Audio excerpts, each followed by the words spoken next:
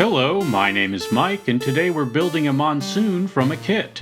The Monsoon is a clone of the Mutable Instruments Clouds module that's smaller and has a few more knobs on the front panel. I've never used a Mutable Instruments Clouds, so I don't really have a basis for comparison on the similarities and differences. Let's go ahead and open this up.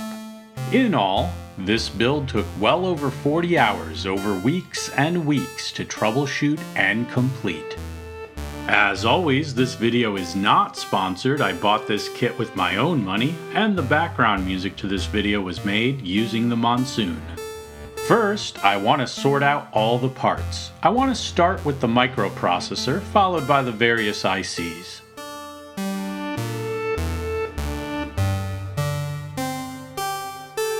Here is the microprocessor. It has 64 pins and is by far the most challenging part of the build. Just for fun, here is an American dime, followed by a piece of long grain rice, and then an 0805 resistor from a nonlinear circuits build compared to an 0603 resistor from the Monsoon kit. These components are tiny, and that is a challenge in and of itself. Here is the STM32 microprocessor chip up close. There are two markings. The smaller, deeper one in the upper left is the pin 1 marking. The larger one in the lower right doesn't mean anything. When I built a rings 3 years ago, I thought the larger divot was the pin 1 marking, so I mounted that chip upside down. After spending hours and hours assembling that rings, as soon as I turned it on, a resistor exploded, likely frying the STM32 in the process, and I was never able to get it working again. I ended up building an entirely new rings practically from scratch on a brand new PCB with brand new components and everything. It scared me off of SMD projects for a good long while. So what we're doing here is trying to line up the pins with the pads. Sharp-eyed viewers will see that we have a bent pin in the upper right, so I need to gently push that back into place for this to work.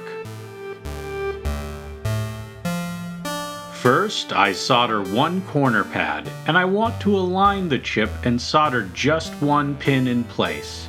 I'm using a very thin cone-shaped soldering iron tip that I special ordered for this build, but I don't think it did me any favors. Thinner tips have a harder time melting solder, and I was hesitant to increase the temperature too much because ICs and microprocessors can be quite delicate. Also, as I worked on this, I began to realize thin cone tips don't drag solder very well. The last time I did this 3 years ago, I was using the default chisel tip that came with my soldering station, and I remember dragging solder being a lot easier. This is not a good job of dragging solder across the pins.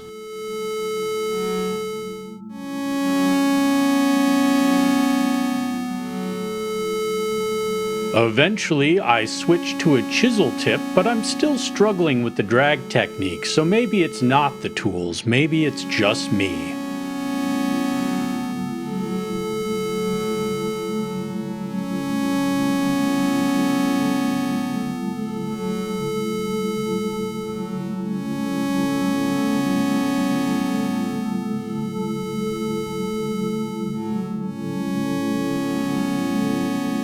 Next up is the audio codec chip.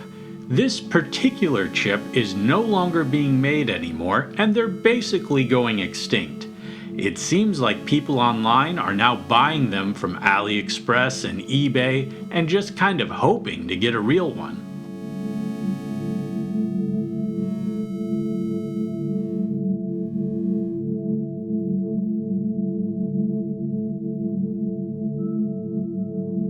You'll notice I use a lot of flux. In my experience, you need flux for SMD components, otherwise you're prone to poor connections. I use a no-clean flux pen, but the problem with no-clean flux, which you will see by the end of this video, is that after a while it can build up a nasty kind of residue on the board that makes everything look kind of gross. This isn't a problem if everything goes well the first time, but when you have to repeat and reflow over and over again, it does get pretty bad. When doing resistors and capacitors, I melt solder onto one pad, align the resistor or capacitor in place, and then melt the solder I already put on the pad until there's a connection. Then, I add solder to the other side. If I'm doing a bunch in a row like here, I might do one side of each, and then go back and do the second pad on all of them.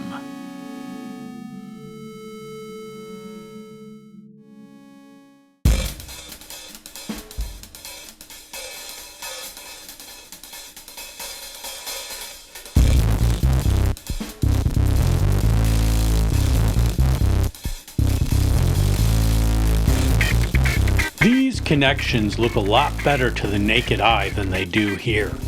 Something about the lighting has the solder joints reflecting the black of the PCB, but in real life the solder looks silver like normal. The flux residue, however, is just as bad as it looks here.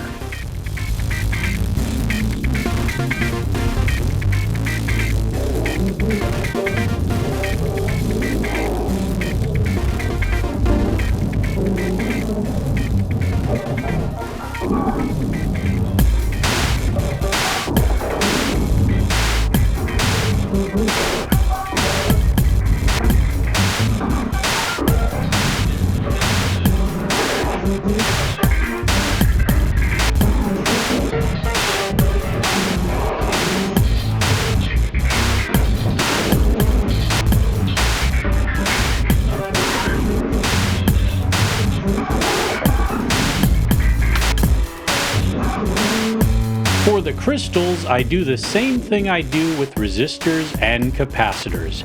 Tin one pad with solder first, then place the crystal, then melt the solder and then add solder to the other pad.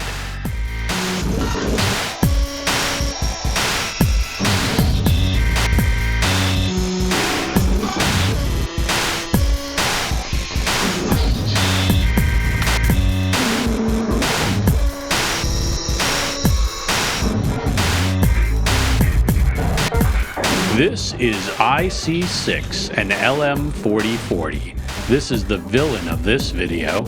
More on that as we get to the end.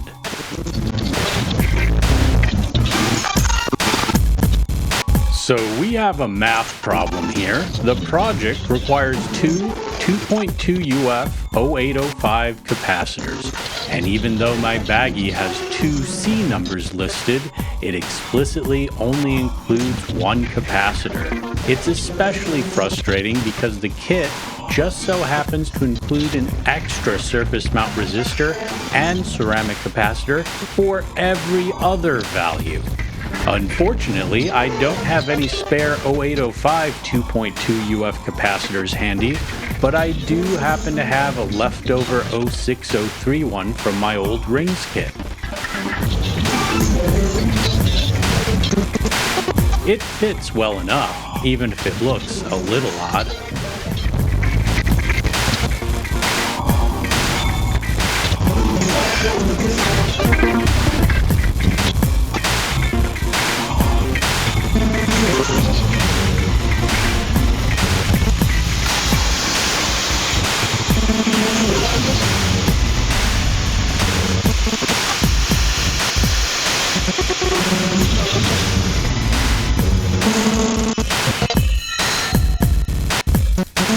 It looks like I'm missing some footage of when I first started adding the SMD electrolytic capacitors. There's usually a bit more of the pad that sticks out from underneath the capacitor when it's in place, but these are exactly the same size as their pad. First, I tin one pad. Then, I place the capacitor. Then I try to hold it in place while touching both the contact and the pad with the soldering iron. Then, I go to the other side and press the contact with the soldering iron and add solder. With the spacing being so tight, I make it a point to do each side 2 or 3 times with plenty of flux to help the solder flow underneath the capacitor. I probably shouldn't be doing these with an iron, I should be using solder paste and an oven or hot plate or at least a hot air reflow station instead.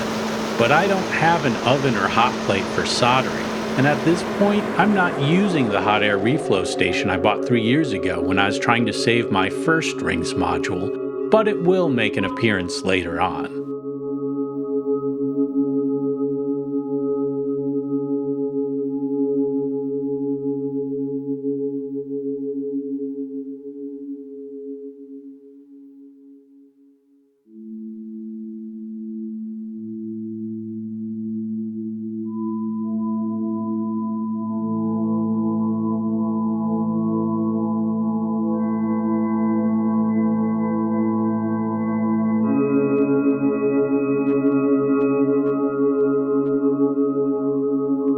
I bought another soldering iron tip. This one is a curved one with a fine point. I thought this would help with the electrolytic capacitors, but I had a lot of trouble with it and gave up on it pretty quickly.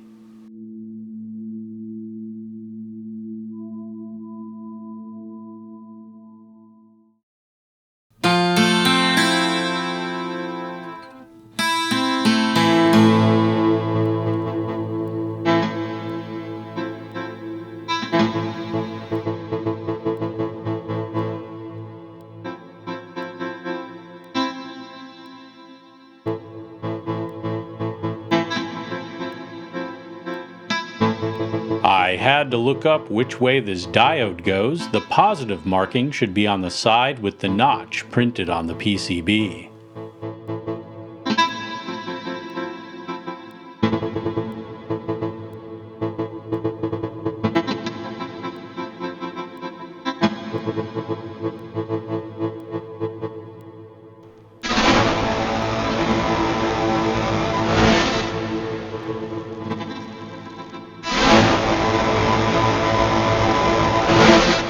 Notice how these capacitors have some space on the pads, so soldering them is a lot easier.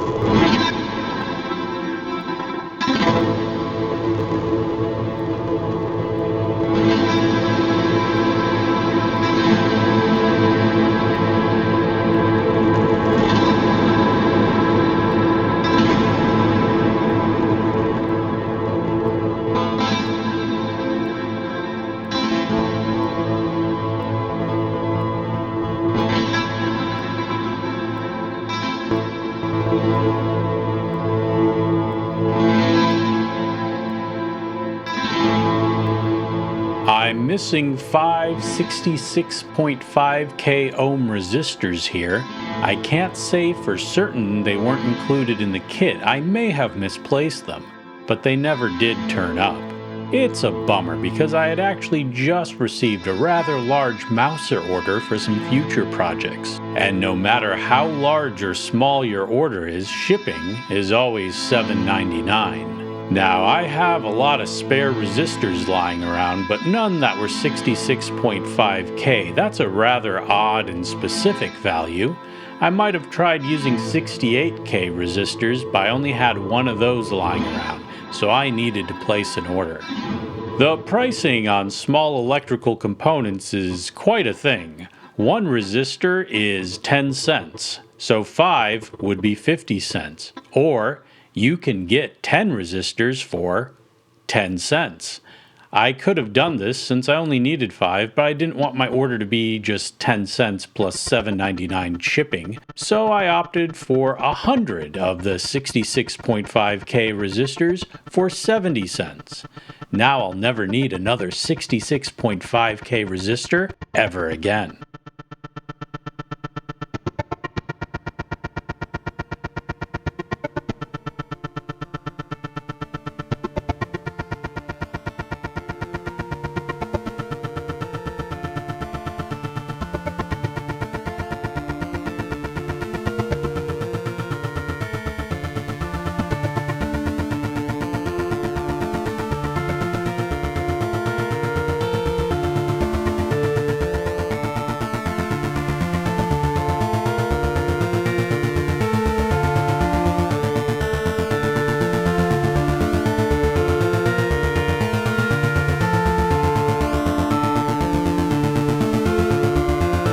Now these are the final SMD components, and next we're adding the pins for the JTAG interface, which is to program the microprocessor, followed by the power pin headers. Now we shouldn't need to worry about programming the microprocessor, but as you'll soon see, we end up needing to. Next up, we're placing but not soldering the front panel hardware, things like faders, potentiometers, switches, mini jacks, and LEDs.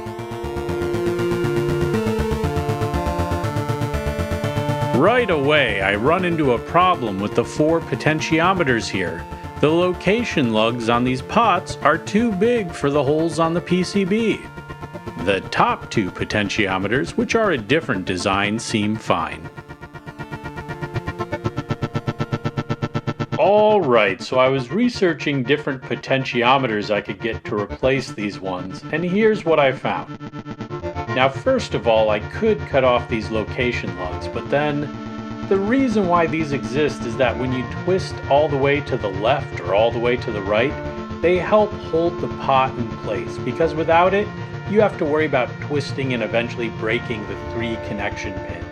So it's not exactly great to not have location lugs. You can very easily break the pot off with use over time. I don't have B100K pots that will fit here, but I do have B10K that I can fit. Normally, I'd say, well, you can't substitute B10K for B100K, and no, normally you can't.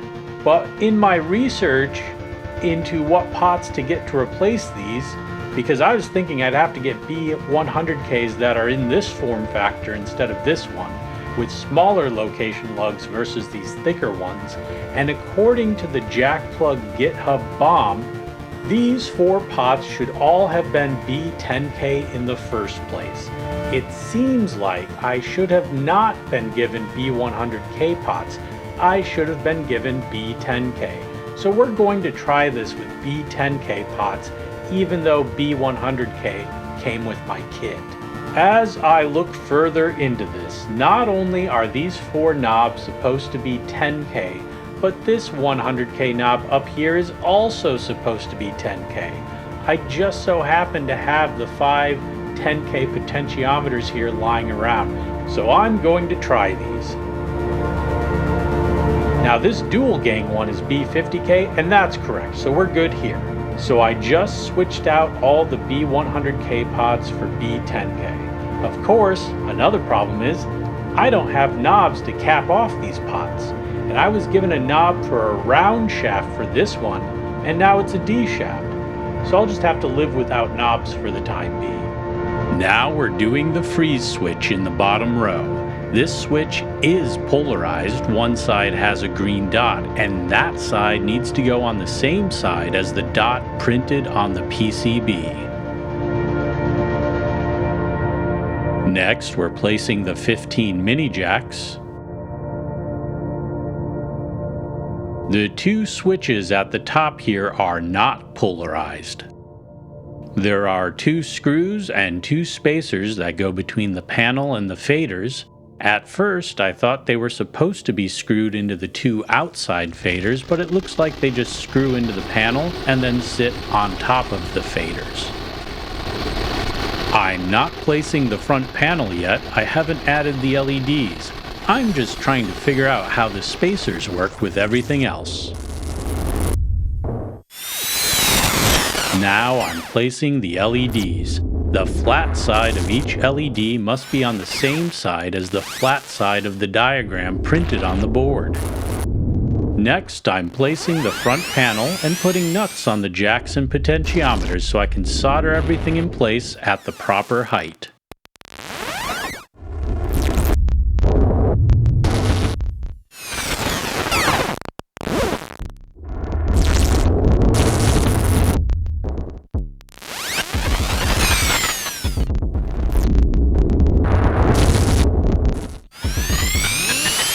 I start out soldering the LEDs so I can trim their legs and get them out of the way.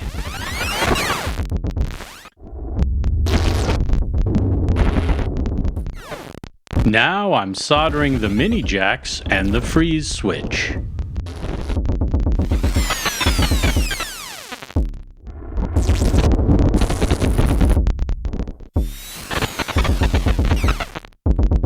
At this point, I realize I should have put the black caps on the top switches, so I want to see if I can do that with the panel in place, and I can. Now that I've confirmed they line up, I solder them in place. I don't like how close the solder on this voltage regulator is to the leg of the switch, so I try melting it down a little bit. The faders need to be pushed and held in place while soldering, otherwise they may sit too high. The faders with spacers on them are easier to manage because the spacers help hold them in place. But the two middle faders are free to move up and down with only the panel keeping them from falling out. Now we're moving on to the potentiometers. I'm only soldering the small pins. The larger location lugs I'm not going to solder in case I need to remove the potentiometers for troubleshooting. Finally, we test the continuity of the power pins to make sure they're not shorted before we power up and test the module. Now, just because the power pins aren't shorted doesn't guarantee success. This is about the point where my rings module blew up on its first test, so I'm feeling kind of nervous. Alright, first thing first, does it blow up when I turn it on? So far so good, and we've got a light.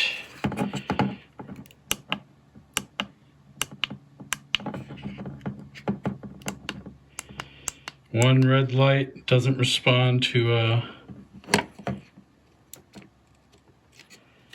anything, so that's probably a bad sign.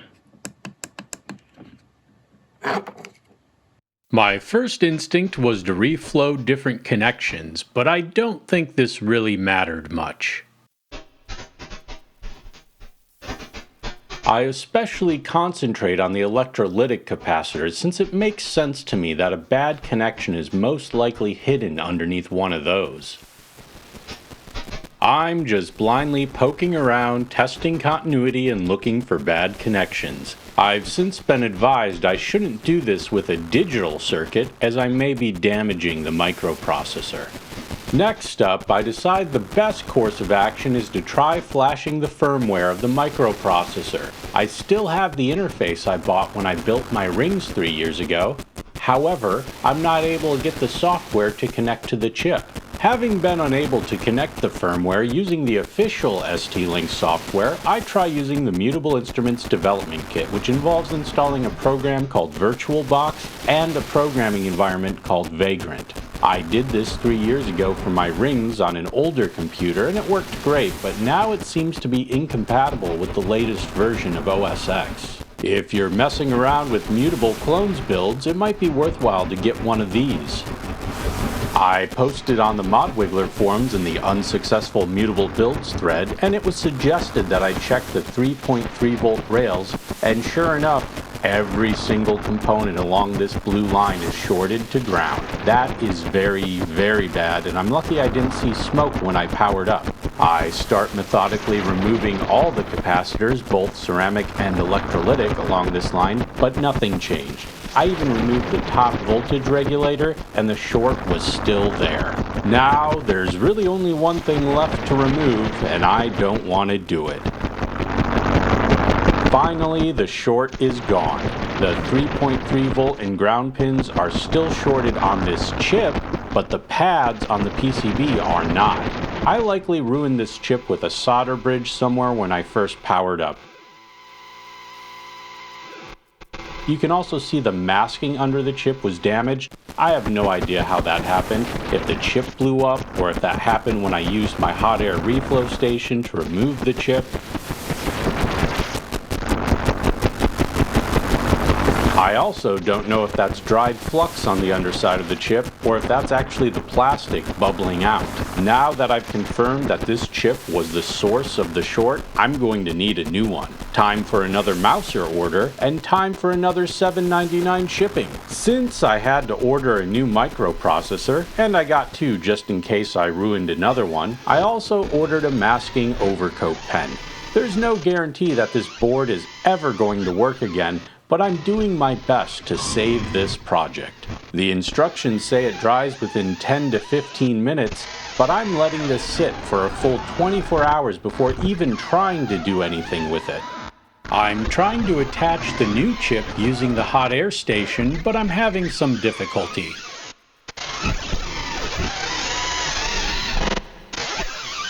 Now, for good measure, I'm touching up every pin with a thin soldering iron tip, but this is likely overkill.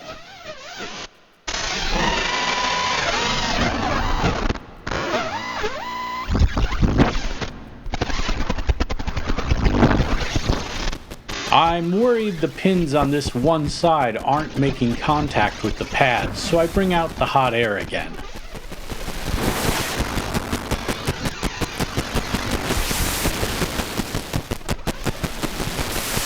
Now I'm testing the continuity between the programming interface JTAG pins to make sure that I don't have a short between the 3.3 volt rail and ground again, and I don't.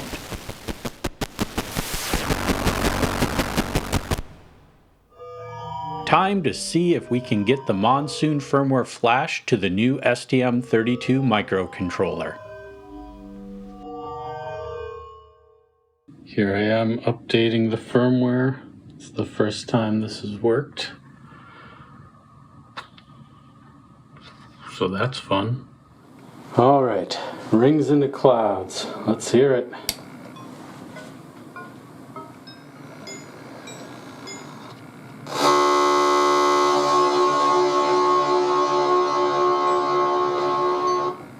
Did I do that?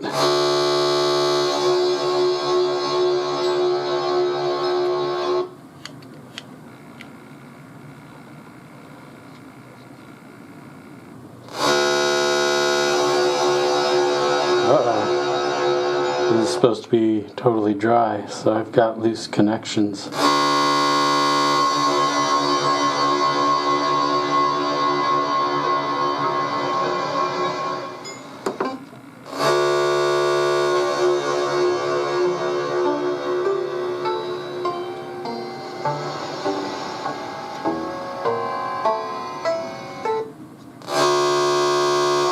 Something ain't right.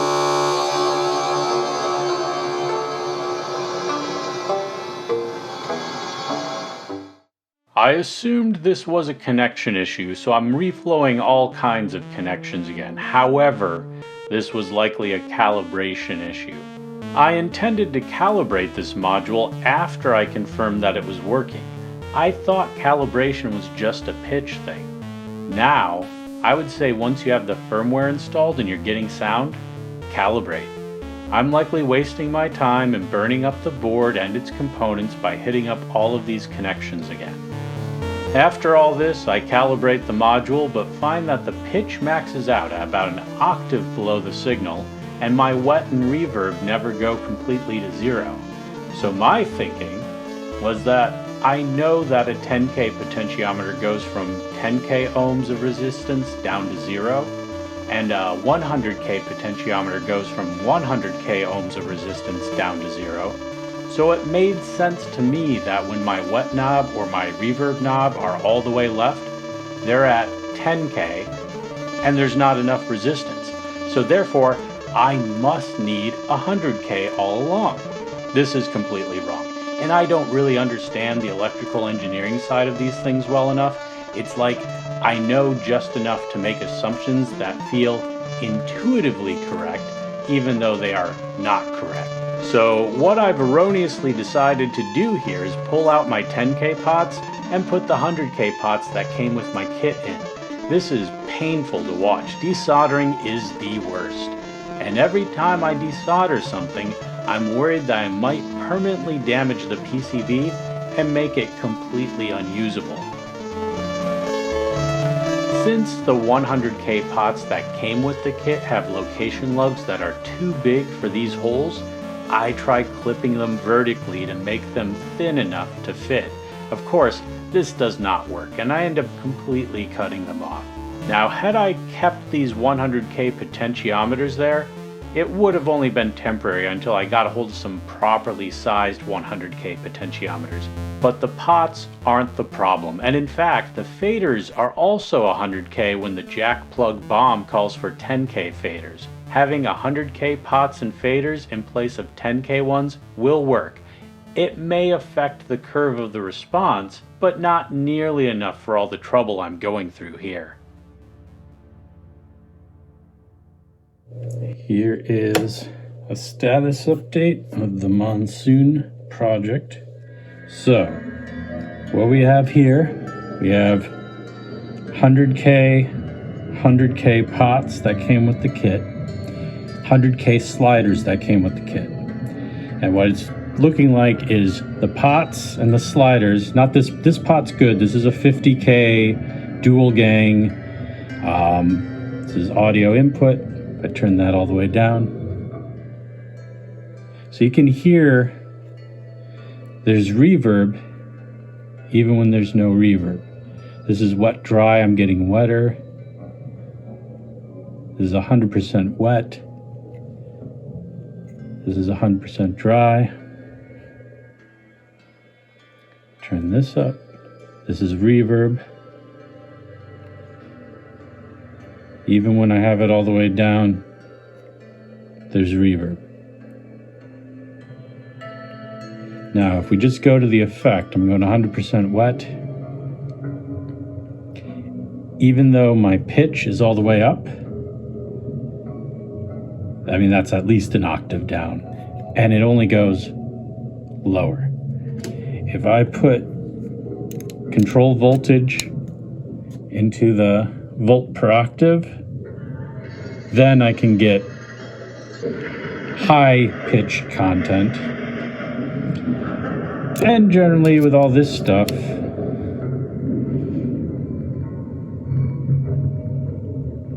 yeah, the control voltage works. I have Parasites firmware loaded, and this is what I get. And it's I think it'd be possible to use if I always had the CV in use plugged in, and that's a lot of resources to dedicate to this. But stock firmware, I get no sound, whereas before I was getting glitching. What I think might have happened is when I put 10K pots on here, I hadn't calibrated it. I was waiting to calibrate it till after I confirmed it was working. It might have needed calibration, so that's on me. But so I'm thinking, switch out the pitch knob, see if that fixes my pitch issue. I'll probably switch this out, calibrate again if it doesn't immediately fix it, and then if after calibration it's fixed, then I'll look at replacing all these pots. Now these pots have their location lugs snipped off, so I'll probably just cut them out. It'd be much easier to cut them and pull each leg individually than to try and desolder all of them, because I'm not going to use these again. For the faders, I mean, it's pretty much wait and see. If 10K pots plus calibrating, if that fixes these, but these still act funky, then yeah, I'm pretty much going to have to switch out these faders with 10K ones, which I don't have on hand. I don't have any faders on hand. So I'd have to order them, but that's okay because I have to order knobs if I switch out these potentiometers and it works. So yeah, it's a mess. It's all a mess. It's almost there. It could almost work as just like CV inputs without, you know, if I don't use the pots and sliders. One step at a time, and hopefully all this soldering, desoldering doesn't ruin the board, because... So here I am switching back to the 10K potentiometers. I do the pitch knob first, and after calibration it seems to be working somewhat better. Instead of getting nothing but low-pitched content, I am instead able to get about a second up and a second down. But that seems like enough of an improvement for me to think that I'm onto something, so I replaced the other 100K potentiometers with the 10K ones I used before, but then, even after calibration, I get the same results as earlier when all the potentiometers were 100K. Thankfully, I still have the unsuccessful Mutable builds thread on ModWiggler as a resource. Shout out to a couple of posters there, Andy Hornblower and Nubiist.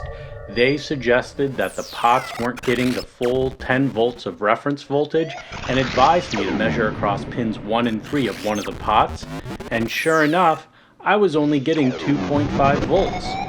They then advised me to check the LM4040, which is IC6, the villain of this story, even though the BOM that came with my kit specified a 10 volt LM4040, and that matches the Jakplugg BOM. My kit actually included a 2.5 volt one. I never would have figured this out on my own, so a big thanks to those guys for solving this thing. The writing on this chip, 4MU3, specifies that this is a 2.5 volt IC. Luckily, I still have my broken rings module from 3 years ago, and it just so happened to have the 10 volt version of this chip with 4NS3 printed on it. This is why it's worthwhile to hold on to your failed projects. If not for this, I would have had to order one. So now I'm using the hot air reflow station I bought 3 years ago to try to fix my broken rings module to instead remove the 10 volt LM4040 IC from it. Next, I'm removing the erroneous 2.5 volt LM4040 from the Monsoon board.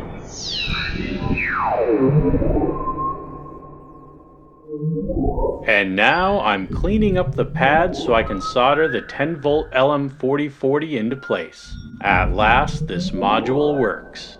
Alright, we finally got something.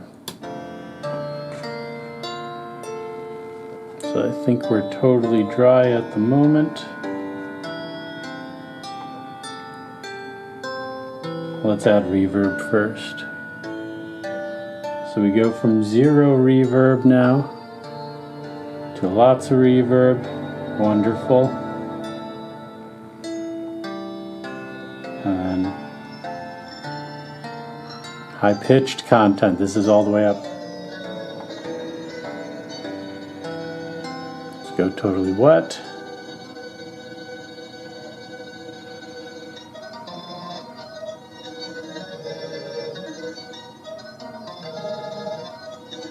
That's wonderful.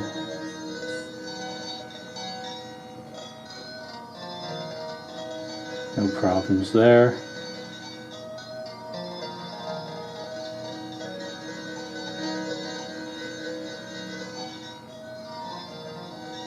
Now the one thing I am worried about is the density.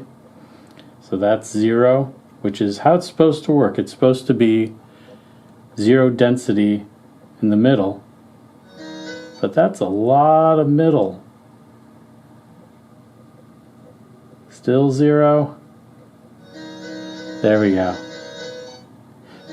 So we've got a very wide 0 range because these faders are 100K when they should be 10K. And so I at least have to remove this one, I think, which is going to be a huge pain. Maybe I won't do it. Maybe I'll just learn to live with this. But yeah, it's like logarithmic practically.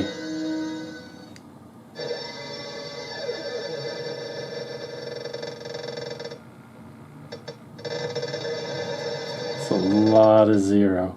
Now, I should point out, when it comes to control voltage, it'll be 100% fine.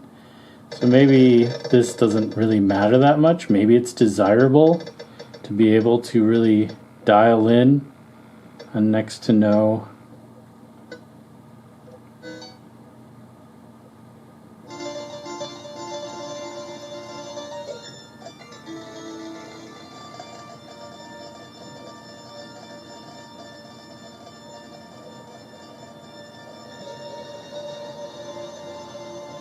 classic clouds goodness.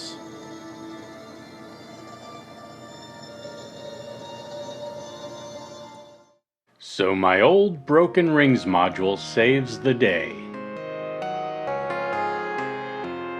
Now I'm putting the panel and nuts back together.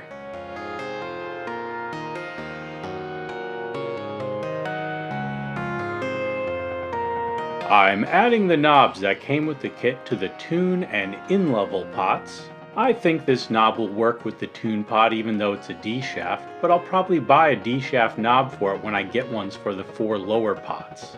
As a final touch, we're switching out the default fader LEDs with some red-green ones that came with the kit.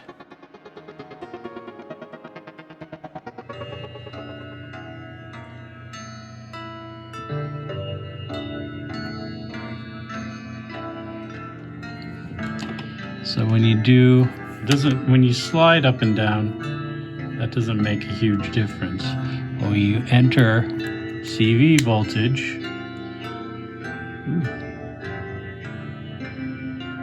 you go negative, it's red.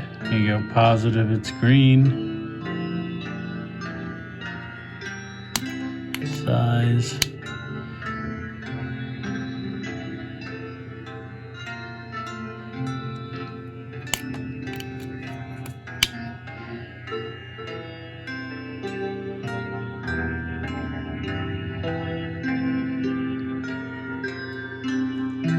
Go all the way wet.